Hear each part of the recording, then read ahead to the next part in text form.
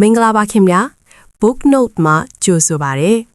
ဒီနေ့မှာတော့ကဘာတဝင်းကစာဖတ်သူတွေရဲ့ဘဝကိုပြောင်းလဲပေးခဲ့တဲ့စိတ်အားတက်ကြွဖွယ်စာအုပ်ကောင်းတစ်အုပ်အကြောင်းကိုပြောပြပေးသွားမှာဖြစ်ပါတယ်စာအုပ်လေးကတော့ Who will cry when you die ရေးထားသူကတော့ Robin Sharma ပါ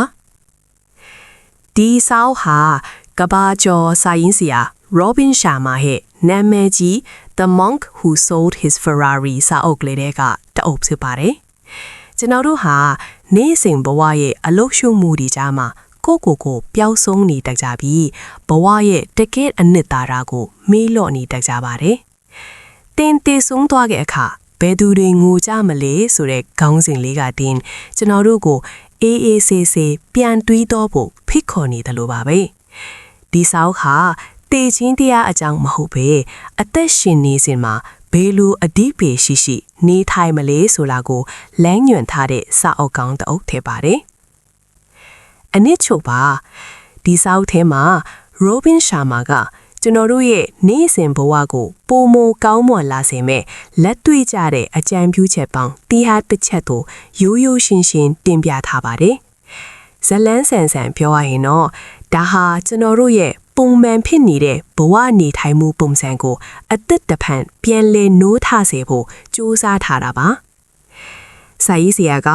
အလုံးများနေခြင်းဟာအောင်မြင်နေခြင်းမဟုတ်ဘူးလို့တတိပေးထားပါတယ်ကျွန်တော်တို့အများစုဟာဖုန်းတွေအီးမေးလ်တွေနဲ့အရေးမကြီးတဲ့ကိစ္စတွေမှာအချိန်ကုန်နေကြပြီးကိုယ့်ရဲ့စိတ်ဓာတ်ပိုင်းဆိုင်ရာတိုးတက်မှုနဲ့မိသားစုအရေးတွေကိုလစ်ရှုမိတတ်ကြပါတယ်စာအုပ်ထဲမှာမနက်ခင်းစောထားတဲ့အလေးအကျင့် The 5am Club ရဲ့အခြေခံပေါ့နော်နေ့စဉ်မှတ်တမ်းရေးတာစာဖတ်တာနဲ့တရားထိုင်တာစတဲ့တင်းငယ်တဲ့အလေးအကျင့်လေးတွေကဘဝကိုဘလောက်အထိအင်းအားဖြစ်စေတယ်လဲဆိုတာကိုရှင်းပြထားပါတယ်နောက်ထပ်အရေးကြီးတဲ့အချက်ကတော့ကျင့်နာမှုပါပဲ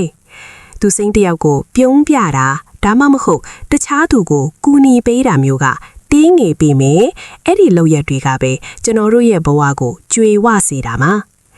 စာရေးဆရာကကျွန်တော်တို့ကိုအခုနေထိုင်နေတဲ့အချိန်ကိုတန်ဖိုးထားဖို့ live in the present ကိုအမြဲတိုက်တွန်းပါတယ်အတိတ်ကနောင်တတဲ့အနာဂတ်အတွက်စိုးရိမ်မှုတွေနဲ့အချိန်မဖြုံးပါနဲ့လက်ရှိအချိန်မှာအကောင်းဆုံးကြိုးစားဖို့ပြောထားပါတယ်တကယ်တမ်းဘဝရဲ့နောက်ဆုံးအချိန်ရောက်ခင်ကျွန်တော်တို့ဘလောက်ချမ်းသာတယ်လဲဆိုတာထက်ကျွန်တော်တို့ဘယ်နှစ်ယောက်ရဲ့ဘဝကိုအလင်းရောင်ပေးနိုင်ခဲ့တယ်လဲဘလောက်အထိချစ်ချင်းမေတ္တာတွေပေးနိုင်ခဲ့တယ်လဲဆိုတာကသာအရေးကြီးဆုံးဖြစ်သွားပါလိမ့်မယ်တင်မွေးဖွားလာတော့ကတင်ငိုနေပြီးလောကကြီးကပျော်နေခဲ့တယ်လို့ပဲတင်တေဆုံးသွားတဲ့အခါမှာတော့လောကကြီးကငိုကြွေးကြံရစ်ပြီးတင်ကတော့ပြုံးလေးထက်ခွာသွားနိုင်ဖို့စူးစမ်းကြပါလို့ Robin Sharma ကလာပါစွာတိုက်တွန်းထားပါတယ်တင်ခန်းစာပါ